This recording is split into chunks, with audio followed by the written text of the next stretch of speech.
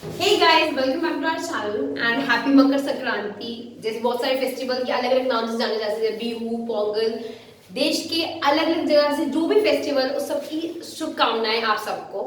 आज जैसे हम कोऑर्डिनेशन केमिस्ट्री का फर्स्ट सेशन स्टार्ट कर चुके हैं, आज हम उसको सेकंड टॉपिक पढ़ने जा रहे हैं, वैलेंस बॉन्ड थ्योरी, वीबीटी से हम कहते हैं। इस टॉपिक में मैं आपको बताऊंगी वीबीटी की हेल्प से हम क्या क्या निकाल सकते हैं, जैसे हाइब्रिडाइजेशन और मैग्नेटिक मूवमेंट निकालना, ऑक्सीडेशन नंबर निकालने, डिफरेंट डिफरेंट बातें। ये टॉपिक बहुत इंपॉर्टेंट है पेपर पॉइंट ऑफ व्यू से, because this topic only consist of 3 marks from the whole chapter. So let's start the topic. First of all I am taking this complex compound. जैसा कि कल मैंने आपको intro में बताया था, कॉम्प्लेक्स कंपाउंड क्या होते हैं। कॉम्प्लेक्स कंपाउंड वो होते हैं जिसमें एक सेंट्रल मेटल होता है, दिस इज सेंट्रल मेटल, जो कि डी ब्लॉक के एलिमेंट से आता है, और लिगेंड्स होते हैं। सेंट्रल मेटल जो होता है वो इलेक्ट्रॉन एक्सेप्टर होता है और लिगेंड्स इलेक्ट्रॉन डोनर होते हैं, विच मीन्स यहाँ पे जो निकेल है, निकेल सेंट्रल मेटल है, वो इलेक्ट्रॉन को एक्सेप्ट करेगा, वो कैटाइन है। और ये जो सीएन है, जिसे हम नाइट्राइल भी बोलते हैं और साइनाइड भी बोलते हैं, ये इलेक्ट्रॉन डोनर है। ये लिगेंड का रोल यहाँ पे प्ले कर रहा है, तो ये इलेक्ट्रॉन्स को डोनेट करेगा। एक और चीज इंपॉर्टेंट जो हमने कल पढ़ी थी, क्या पढ़ा था हमने इंपॉर्टेंट, कि इनके बीच में कोऑर्डिनेट बॉन्ड बनता है। कोऑर्डिनेट बॉन्ड याद भी रहेगा आपको, चैप्टर का नाम कोऑर्डिनेशन कंपाउंड है, और मेटल और लिगेंड के बीच, दोनों के बीच में कोऑर्डिनेट बॉन्ड बनता है। कोऑर्डिनेट बॉन्ड क्या होता है, कोऑर्डिनेट बॉन्ड होता है जिसमें सेंट्रल मेटल इलेक्ट्रॉन एक्सेप्ट करने एक्सेप्टर होता है, और लिगेंड जो है वो इलेक्ट्रॉन डोनेट कर रहा है। Okay, let's start the topic VBT. First of all I am taking this compound nickel tetracyanide. सबसे पहला स्टेप जो हमें करना है वो ये करना है, हमें सेंट्रल एटम का ऑक्सीडेशन नंबर निकालना है। पहले हमने 11th में रिडॉक्स चैप्टर में पढ़ा होगा, जिसका भी हमें ऑक्सीडेशन नंबर निकालना होता है। जैसे फॉर एग्जांपल मुझे निकेल का ऑक्सीडेशन नंबर निकालना है, तो उसको मैं x लूंगी। साइनाइड का जो ऑक्सीडेशन नंबर होता है, हमेशा साइनाइड का ऑक्सीडेशन नंबर ये मोनोडेंटेट है। अब मोनोडेंटेट क्या होता है, मोनोडेंटेट कहने का मतलब ऐसा लिगेंड जो सिर्फ एक इलेक्ट्रॉन पेयर दे सकता है। तो साइनाइड जो है वो ऐसा लिगेंड है जो सिर्फ एक इलेक्ट्रॉन पेयर दे सकता है। इसकी इस वजह से वैलेंसी क्या है, -1 है। ठीक है, तो let's take the valency of cyanide -1। ऐसा हम देख सकते हैं कि यहाँ पे साइनाइड के नीचे 4 लिखा हुआ है, मतलब 4 साइनाइड है, तो -1 × 4 -4 x प्लस, और पूरे बॉक्स के ऊपर -2 का चार्ज है, तो इक्वल टू -2। हम जानते हैं ऑक्सीडेशन नंबर निकालने का क्या रूल होता है, कि बॉक्स के ऊपर या पूरे कंपाउंड के ऊपर जो चार्ज होता है वो इक्वल टू के उस साइड जाता है। निकाल लेते हैं, x -4 इक्वल टू -2, -4 उस साइड जाके +4 हो जाएगा, तो -2 + 4 x equal to 2, which means nickel की, यहाँ हमारे निकेल की, nickel is our central atom, central atom, इसकी वैलेंसी क्या है, nickel +2 +2 is the oxidation number and the valency of the nickel. I think I am clear with my this point. First step is to find the oxidation number of the central metal. Oxidation number का simple तरीका है, central metal जिसकी भी हम बात कर रहे हैं उसे x मान लो, उसके साइड में जो भी लिगेंड्स हैं उनकी वैलेंसी लिखो। साइनाइड मोनोडेंटेट है, मोनोडेंटेट कहने का मतलब क्या होता है, ये ऐसा लिगेंड है जो सिर्फ एक इलेक्ट्रॉन पेयर दे सकता है। इसकी -1 वैलेंसी होगी। साइनाइड यहाँ 4 थे, इसलिए -1 से 4 मल्टीप्लाई करा, इक्वल टू -2 इसलिए रखा क्योंकि पूरे मॉलिक्यूल पे -2 का चार्ज था। इससे हमारी निकेल की वैलेंसी आ गई। ये फर्स्ट स्टेप आपने नोट कर लीजिए, क्योंकि स्टेप बाय स्टेप चलेंगे तभी हमारा बीबीटी एक सीरीज में चलेगा। Now I am going with the second step.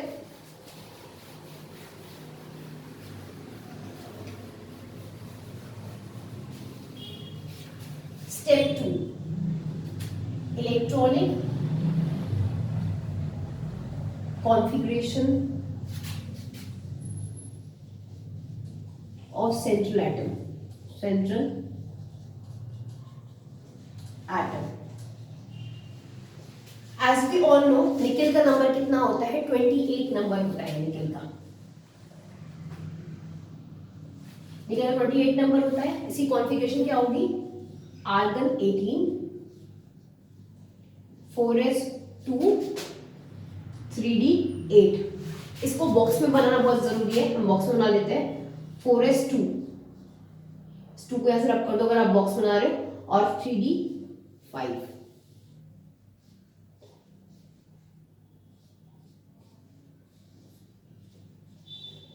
6 7 8।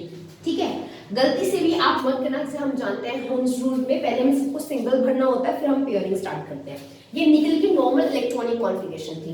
निकल का नंबर कितना होता है 28, तो उसका आदम 18 तक यहाँ इलेक्ट्रॉन फिल हो गए। फिर 4s सबशेल में 2 इलेक्ट्रॉन 20 और 3d में 8 28 हो गया। आपको हमने फर्स्ट स्टेप में हमने क्या लिखा था, हमने निकल की वैलेंसी निकाली थी +2। +2 कहने का मतलब क्या होता है कि निकल ने 2 इलेक्ट्रॉन्स लूज कर दिए हैं, मतलब उसके 2 इलेक्ट्रॉन गायब हो गए। तो हम वो 2 इलेक्ट्रॉन कहाँ से लूज कराएंगे? एक बात हमेशा रखना, हमेशा कम एनर्जी वाला 4s और 3d में कम एनर्जी किसकी होती है? 4s की एनर्जी कम होती है, तो हमेशा इलेक्ट्रॉन पहले यहाँ से लूज होगा। तो पहले इलेक्ट्रॉन यहाँ से लूज होगा और 4s में से इलेक्ट्रॉन चले जाएंगे। तो 3d को आप पहले लिख दीजिए 1 2 3 4 5 6 7। 2 इलेक्ट्रॉन लूज हुए तो दोनों इलेक्ट्रॉन 4s में से जाएंगे। 4s एम्प्टी हो गया, खाली हो गया।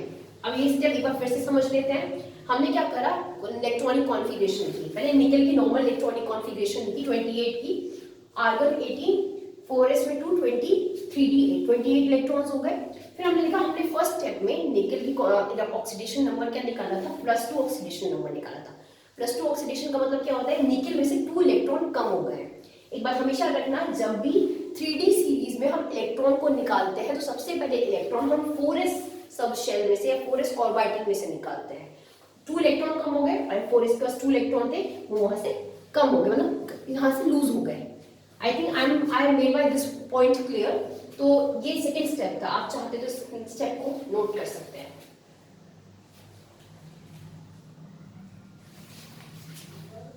स्टूडेंट्स यहाँ पे एक चीज नोट की, यहाँ पे 8 इलेक्ट्रॉन्स पड़े थे, यहाँ 7 लिखे, तो एक और यहाँ पे फिल कर दीजिएगा। अब आप इसे नोट कर सकते हैं।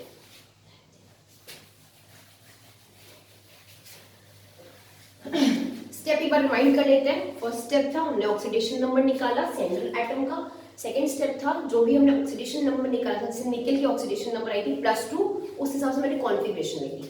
थर्ड स्टेप, अब हमें देखना है जो हमारा लिगेंड है वो स्ट्रॉन्ग फील्ड लिगेंड है या वीक फील्ड लिगेंड है। CN जो होता है, साइनाइड ग्रुप जो होता है, this is strong field ligand, strong field ligand. अब आप कहोगे मैम ये इसमें क्या इंपॉर्टेंट था, हमें क्यों जानना है ये स्ट्रॉन्ग फील्ड लिगेंड? साइनाइड जो भी स्ट्रॉन्ग फील्ड लिगेंड होते हैं वो हमेशा इलेक्ट्रॉन की पेयरिंग कराते हैं, मतलब वो इलेक्ट्रॉन को पुश करते हैं कि सारे इलेक्ट्रॉन साथ में आ जाए। तो साइनाइड से स्ट्रॉन्ग फील्ड लिगेंड है। तो जैसे हम निकल की Ni2+ की कॉन्फ़िगरेशन लिख लेते हैं, आर्गन 18, 3d में 8 electrons, 2 3 4 1 2 3 4 5 6 7 8 and as usual 4s empty. क्यों एम्प्टी था 4s? क्योंकि 2 इलेक्ट्रॉन लूज कर चुके हैं। अब मैंने आपको बताया cyanide is a strong field ligand which means there in this point pairing of electron take place, मतलब यहाँ पे इलेक्ट्रॉन्स की पेयरिंग होगी। ध्यान से देखिए, ये दो और ये दो तो पेयर्ड है। कौन से 2 इलेक्ट्रॉन्स पेयर्ड नहीं है? ये दोनों पेयर्ड नहीं है, तो इनकी पेयरिंग हो जाएगी। ठीक है, तो यहाँ से इंपॉर्टेंट पॉइंट आपको क्या याद रखना है कि जब भी स्ट्रॉन्ग बीपीटी के केस में जब भी स्ट्रॉन्ग फील्ड लिगेंड आता है वहां पे इलेक्ट्रॉन्स की पेयरिंग हो जाती है, मतलब कोई भी सिंगल इलेक्ट्रॉन्स लेंगे तो वो साथ आ जाएंगे, पेयर्ड बन जाएंगे। तो इससे हमें बॉक्स खाली मिलेगा। आप देख सकते हैं इलेक्ट्रॉन पेयरिंग करने के बाद हमें 3d का एक बॉक्स खाली मिल गया, 4s, हमें 4d के बाद 4s का 4d बना दीजिए, 4s का 4d बना दीजिए। ये स्टेप आपको याद रखना है। जैसे स्ट्रॉन्ग फील्ड लिगेंड में इलेक्ट्रॉन की पेयरिंग होती है, उसी तरह वीक फील्ड लिगेंड में, यहाँ पे वीक फील्ड लिगेंड में आएंगे जितने भी हमारी हेलोजन फैमिली होती है, क्लोरो, फ्रोमो, फ्लोरो, ब्रोमो, आइडो, ये सारे वीक फील्ड सबसे वीकेस्ट लिगेंड होते हैं। तो जब भी वीक फील्ड लिगेंड आता है वो इलेक्ट्रॉन की पेयरिंग कभी नहीं कराता, उसमें इलेक्ट्रॉन एज इट इज वैसे रहते हैं जैसे कॉन्फ़िगरेशन में रहते हैं। पर जब भी स्ट्रॉन्ग फील्ड लिगेंड आता है, मैं आपको बताऊंगी स्ट्रॉन्ग फील्ड लिगेंड कौन कौन से होते हैं, तो वो हमेशा इलेक्ट्रॉन की पेयरिंग कराते हैं। तो ये स्टेप बहुत इंपॉर्टेंट स्टेप है जो आपको याद रखना था। आई think I have made my point clear कि हमने 3 स्टेप करे। फर्स्ट स्टेप में हमने ऑक्सीडेशन नंबर निकाला, सेकेंड स्टेप में हमने इलेक्ट्रॉनिक कॉन्फ़िगरेशन लिखी, निकेल की भी, निकेल +2 की भी, निकेल इज नॉर्मल और +2 उसके ऑक्सीडेशन नंबर। थर्ड स्टेप में हमने देखा हमारा लिगेंड स्ट्रॉन्ग लिगेंड है या वीक लिगेंड है। स्ट्रॉन्ग लिगेंड होता है तो जो निकेल +2 की ऑक्सीडेशन नंबर थी, जो कॉन्फ़िगरेशन थी, उसमें 3D सब शेल में इलेक्ट्रॉन की पेयरिंग होगी। 4s तो खाली हो गया था, तो यहाँ पे इलेक्ट्रॉन की पेयरिंग होगी। Okay, now I am moving forward towards our fourth step.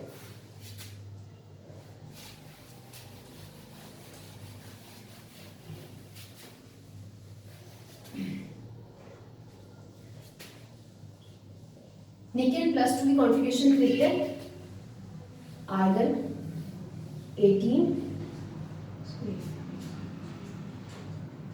Argon 18 3D 1 2 3 4 5 1 2 3 4 5 6 7 8। आप कहोगे मैम आपने अब यहाँ क्यों भर दिया? अभी हमने जस्ट पिछले स्टेप में पढ़ा था कि साइनाइड स्ट्रॉन्ग फील्ड है। मैं यहाँ साइड में लिख देती हूँ, cyanide is strong field ligand. Cyanide strong field ligand है, जहाँ पे पेयरिंग ऑफ इलेक्ट्रॉन होगी।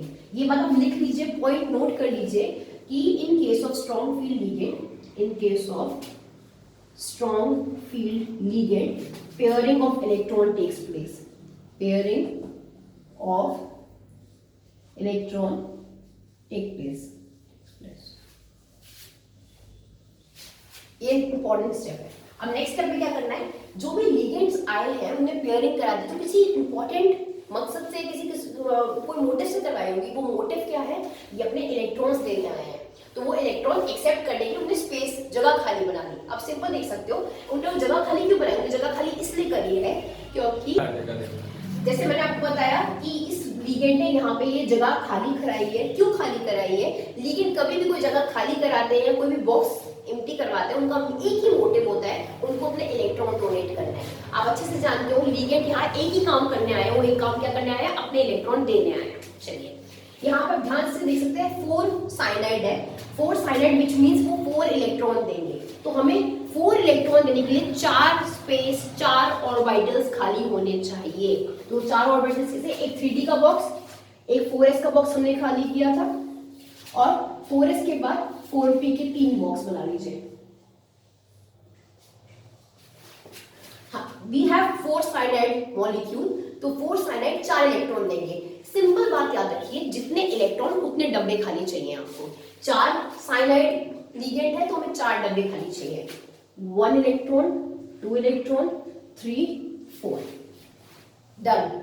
इतनी ही बीबीडी थ्योरी यहाँ पे खत्म होती है। बट इंपॉर्टेंट चीज आपको यहाँ से क्या क्या इन्फॉर्मेशन लिखनी है, वो ये। सबसे पहले हाइब्रिडाइजेशन क्या होगी? हाइब्रिडाइजेशन सिर्फ हम उसी बेसिस पे देखते हैं। हम सबसे फर्स्ट स्टेप हाइब्रिडाइजेशन निकालें। हाइब्रिडाइजेशन हमें देखना है कि लिगेंड्स कौन किन बॉक्स में गए। सबसे पहले लिगेंड गया है डी बॉक्स में, डी। सेकेंड लिगेंड गया है एस में, और थर्ड लिगेंड गया है पी के 2 में, P2। This is the hybridisation of NiCnF4, NiCN4, DsP2। टी का 1 बॉक्स यूज किया है साइनाइड ने, एस का 1 बॉक्स यूज किया है, पी के 2 बॉक्स यूज किए हैं, DsP2 4 बॉक्स यूज किए हैं। ये हाइब्रिडाइजेशन है। आप साइड पे लिख लीजिएगा ताकि आपको याद आए, हाइब्रिडाइजेशन। नेक्स्ट स्टेप, ध्यान से देखिए, यहाँ पे सारे इलेक्ट्रॉन पेयर है। हम लिगेंड्स की बात नहीं कर रहे हैं, हम सेंट्रल मेटल की बात कर रहे हैं। यहाँ पे सारे इलेक्ट्रॉन्स पेयर है। जो इलेक्ट्रॉन्स पेयर होते हैं, एक भी सिंगल इलेक्ट्रॉन नहीं होता, उसका मैग्नेटिक मूवमेंट क्या होता है? ये डायामैग्नेटिक है। इन केस यहाँ पे एक भी सिंगल इलेक्ट्रॉन रह जाता जिसके साथ कोई पेयरिंग करने के लिए नहीं होता, तो उसे हम पैरामैग्नेटिक कहते हैं। ऐसा आपने फिजिक्स में पढ़ा होगा मैग्नेटिक चैप्टर में। जब सारे इलेक्ट्रॉन पेयर होते हैं, पेयरिंग ऑफ इलेक्ट्रॉन होती है, उसे डायामैग्नेटिक कहते हैं। और जहां पर एक भी इलेक्ट्रॉन सिंगल रह जाता है, उसे पैरामैग्नेटिक कहते हैं। तो यहाँ पर ध्यान से देखिए, सारे इलेक्ट्रॉन 3D में डबल डबल डबल है। मैं लिगेंड्स की बात नहीं कर रही हूँ, सेंट्रल मेटल की बात कर रही हूँ। तो यहाँ पे मैग्नेटिक मूवमेंट क्या होगा? Magnetic, diamagnetic. DsP2 हाइब्रिडाइजेशन का शेप होता है, क्या शेप होता है? Square planar, square planar. ये शेप आपको याद रखना है। DsP2 चार, देखो 2 ही शेप होते हैं, चार, एक sp3 होती है और एक DsP2 होती है। ध्यान से देखो, sp3 में भी 1s का और p के 3 बॉक्स, मतलब 4 ऑर्बिटल है, मतलब 4 ऑर्बिटल वो है इन्वॉल्व है, और DsP2 में 4 ऑर्बिटल इन्वॉल्व है, पर दोनों के शेप अलग होता है। जब sp3 आता है तो हमेशा शेप टेट्राहेड्रल होता है। ये आप याद कर लीजिए, ये इंपॉर्टेंट है, जो आपको लाइफ टाइम ये ट्रिक बहुत इंपॉर्टेंट जो आपको लाइफ टाइम याद इंपॉर्टेंट रहेगी ये बताने में कि हाइब्रिडाइजेशन से हम कैसे शेप निकाल सकते हैं। sp3 जब भी हो उसका टेट्राहेड्रल शेप है, बेंट भी हो सकता है। और dsp2 जब d इन्वॉल्व हो गया, ऑर्बिटल 4 ही है, d का 1, s का 1 और p के 2, पर जब भी 4 ऑर्बिटल हो गए जिसमें d भी इन्वॉल्व हो गया तो उसे हम स्क्वायर प्लैनर कहते हैं। क्या बोलते हैं? Square planar shape. तो इसका हाइब्रिडाइजेशन हुआ dsp2 और इसका शेप क्या हुआ? Square planar shape. I think I have made my point. BPT यहाँ खत्म होता है। बस 4 स्टेप आपको याद रखने हैं। वो 4 स्टेप क्या थे? फर्स्ट स्टेप था ऑक्सीडेशन नंबर निकालना, वो भी किसका? सेंट्रल मेटल का। गलती से भी लिगेंड्स का ऑक्सीडेशन नंबर नहीं निकालना है।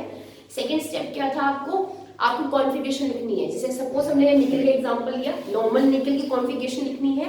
फिर निकल 2+ की, निकल 2+ क्यों बोल रही हूँ मैं? 2+ ऑक्सीडेशन नंबर निकला था।